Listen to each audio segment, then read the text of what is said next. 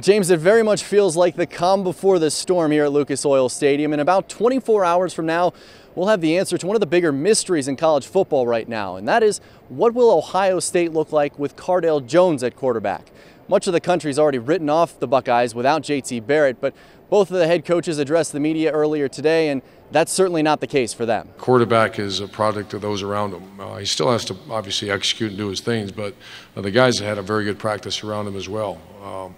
Starting with the offensive line. So I'm very confident in Cardale. We don't expect the offense to change a bit, quite frankly. He's a big, strong kid that can run the ball very well. He's shown great speed. He's jumped over people, he's ran around people, and he's ran through people. Now joined by former Buckeye and Wayne Warrior Donnie Evege. Donnie, you just heard Gary Anderson say he doesn't think that the Ohio State offense is going to look that much different with Cardale Jones at quarterback. But let's consider the circumstances here. Cardale is making his first career start in the Big Ten championship game against a very good Wisconsin defense.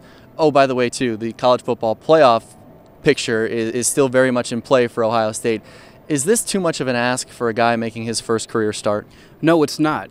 Cardale's an Ohio State quarterback, and an Ohio State quarterback is always expected to be ready, whether you're first string or third string.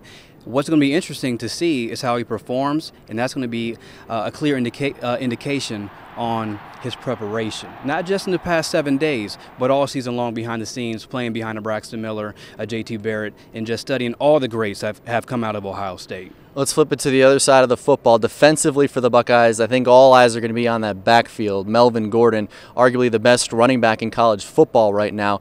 You were a defensive guy. What's it like preparing for someone who you know is not only a Division I caliber running back, but maybe the best at his position in the country? It's going to come down to film study. The Silver Bullet defense right now is watching Melvin and his entire weapons that he has on offense. They need to know what his tendencies are before he even does them.